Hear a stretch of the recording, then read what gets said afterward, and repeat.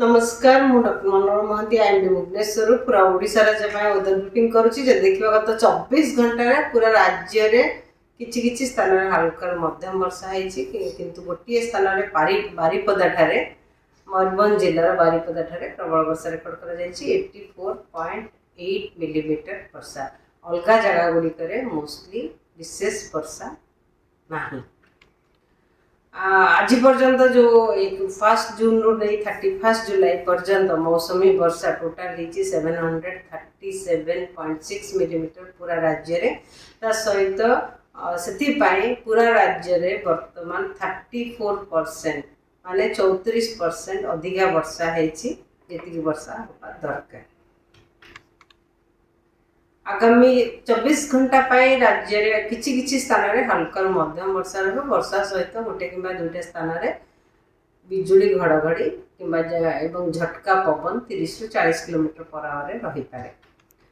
काली भी राज्य रे किछि किछि स्थान रे हल्का मध्यम वर्षा रहिबो ता सहित गोटे किंबा दुईटा स्थान रे वर्षा सहित बिजुली घड़घड़ी किंबा एवं झटका पवन 30 ରୁ 40 किलोमीटर पर आवर रहिबार संभावना रही।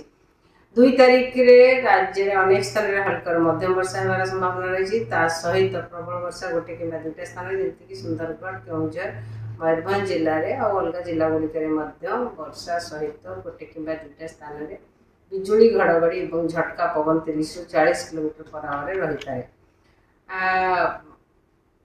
3 तारीख रे राज्य रे अनेक स्थान रे हल्का मध्यम वर्षा रहिबार संभावना रही। सहित संबलपुर मयूरभंज केउंझर जिले में गोटे किंबा दुईटा स्थान में प्रबल वर्षा होबार संभावना रही।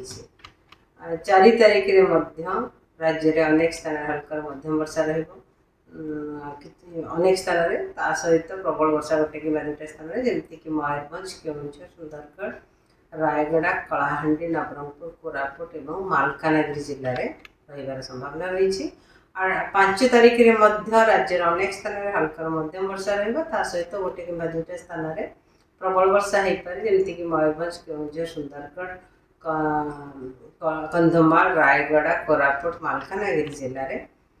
6 तारीख रे राज्य रे किछि स्थान हल्का मध्यम वर्षा किंतु प्रबल वर्षा आमर दक्षिण ओडिशा मोस्टली नवरंगपुर कलाहांडी कंधमाल रायगड़ा कोरापुट मालकानगिरी सहित मयूरभंज केउंझर सुंदरगढ़ गोटे किंबा दुईटा स्थान में प्रबल वर्षा होगार संभावना रही।